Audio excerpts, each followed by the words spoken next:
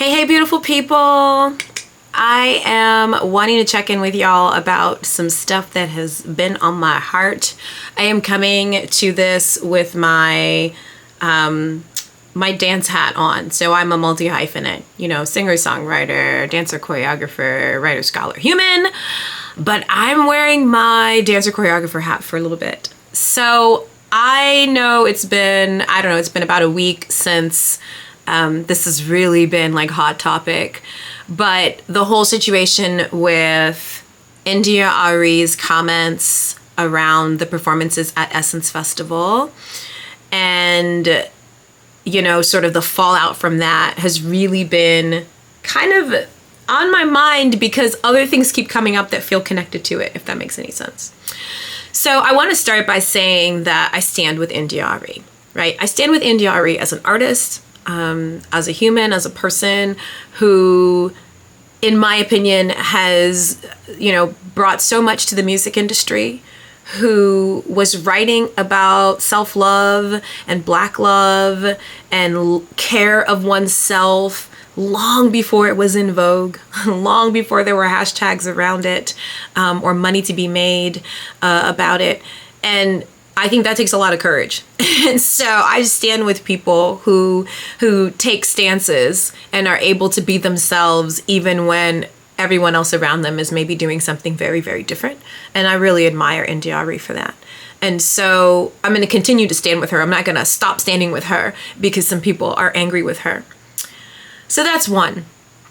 I also think that what's going on with, people wanting to cancel India Arie or stop buying her music or denigrate her, et cetera, because they don't like what she shared about her thoughts about the Essence Festival. And if you're not like caught up, I don't know what to tell you, get caught up. But essentially, actually I don't want to try to like paraphrase it because I don't want to do it poorly. But I will say that essentially India Arie made a point about context, right? And when and where do we twerk? When and where do we see butt cheeks hanging out and shaking and moving? And in India Arie's opinion and the opinion of many others, the Essence Festival stage is not that place. Yeah, and so that kind of started it. And Megan Thee Stallion, if you've ever seen Megan Thee Stallion live, that's part of Megan Thee Stallion's show. She brings folks up and they have a twerk contest. I know this because I saw Megan Thee Stallion at Preakness maybe a year and a half ago. And I was like, oh, it's happening. There are like 7-year-olds here, but this is happening anyway. Okay. So that's like a little bit of the context, but someone else can do it far more justice. I'm less interested in talking about that specific situation and more interested in talking about how I see, one, this is like a microcosm for this larger issue that I see, and then two, the connection to Black dance theories, etc. So, I'll say that I think that the response to India Arie is unfortunate. I think it is, though, a reflection of something a larger issue that happens in our society currently, right? Where maybe a marginalized group of people, and I hate to use the word marginalized, but a marginalized group of folks are seeking better representation, space and clarity to be who they are, to express themselves, right? And they have every right to seek that. But then when there is an opposing group for whatever reason, or an opposing opinion, right? They right away, the marginalized group right away practices the same forms of oppression that they have been trying to free themselves from, right? So for example, there's a segment of Black women, not all Black women, there's a segment of Black women who have responded by canceling India Arie. Those same Black women want to have the freedom to express themselves. And part of expressing themselves is twerking, right? They want to have the freedom to do that. Great. But then when another Black woman says, yes, you should have the freedom. However, I don't think that the Essence Festival stage is the context, the time, the place, the space for you to exercise that freedom. They then cancel that woman. They then denigrate that woman. They then demoralize that woman. They then call that woman names. So it's just confusing because it's like you're asking for freedom to express the fullness of who you are. But as soon as someone else expresses the freedom, as soon as someone else exercises the freedom, right, to express the fullness of who they are, and it doesn't jive with what you want to do, then now you become the oppressor for them. You then do the same things, the same muzzling that was done to you, you now do it to them. And I don't know what that's about. Or maybe I do know what that's about, but do we have time to theorize that? So that's a huge thing that I think is at issue. So that's that. The other thing is I've been thinking about Black dance and Black women and the portrayal of Black women, how Black women present, but more specifically how Black dance presents. One, because like this is part of my research focus. So I'm always like looking at the performance of Black femininity and how Black women are perceived and how they perceive themselves and practices that Black women engage in, specifically in public, but also in private. And one thing that I have noticed is that Black dance, as it pertains to Black women, has become a very narrow, specific thing that, in my opinion, feels too narrow. And let me give you an example. So it's happened at least 2 times in the past, 3 or 4 months, but more than that in the past year, where I've been at some sort of dance event. Maybe it's a competition, like a friendly competition or a dance off or that kind of thing. And I'm not talking about a battle. I'm talking about more like we're bringing people up on stage. Let's see who can dance, right? And, you have dancer number 1 and they turn and they do a split and they kick and then maybe they gyrate a bit and they get some shoulder action going and then they split again and then they flip. And the audience claps and they're like, woo, that was awesome, right? And then dancer number 2 comes up and they twerk and they twerk and they twerk the whole time. And the audience loses it. They're like, ah, they just lose it. They lose it, they lose it, they lose it. And lo and behold, dancer number 2 wins, right? So dancer number 1 did a variety of things, right? Exhibited skill, exhibited improvisation, had a lot of different things happening, showed a lot of different aspects and angles and nuance. And the crowd, they liked it. It was cool.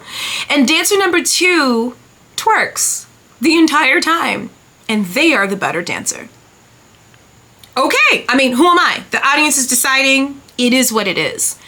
But I find this problematic because I think we've gotten to a point where we have this very narrow definition of what dance is, what Black dance is, and what Black feminine dance is, right? What we expect the Black woman, the Black female to do to illustrate and demonstrate her prowess as a dancer is attached to her butt, her buttocks, and to her hips alone. And I find that problematic. Black dance is so vast. There are so many different forms of Black dance that are exported all over the world all the time. Japan, Korea, Germany, Switzerland, all of these places have, hip hop master classes. They have people coming in from the US who are traveling there to teach them all the forms, popping and locking and house and breaking and all of the things. And what I fear is that these forms that are Black forms, these forms that are Afro-Latina forms, right, will no longer be associated with Black bodies and Afro-Latino bodies, right? But that they will then be associated with white and Asian bodies, right? And that what Black bodies and Afro-Latino bodies will be left with is, oh, they twerk. That's what they do. That's their contribution. They shake their asses. Is there anything wrong with shaking your ass? No. Is there anything wrong with twerking? No.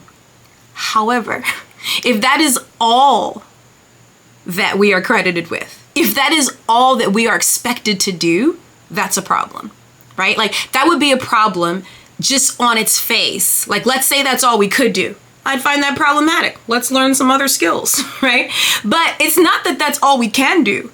It's that that's all that's celebrated. That's all that you see. That's all that you clap up, that you big up. So what you're teaching 5-year-olds and 4-year-olds and 7-year-olds and 8-year-olds is bump the kick in and turning and splits and backflips. Bump all that, okay? What people really want to see you do is shake your ass. Is that what we want to teach? Is that? I don't know. I don't know. I'm curious to know what people's comments are. Is that really what we want to teach? In the name of like female empowerment and I can do whatever I want? Like, I don't know. I find myself really struggling with that. I think that it needs to be broader. It needs to be more expansive. I think we're worth more than this tiny sliver of a space that we've cut out for ourselves. And I think that many of us think something revolutionary is happening. And I hate to break it to you, but there's nothing revolutionary about a Black woman being appreciated for her ass. Like, there isn't.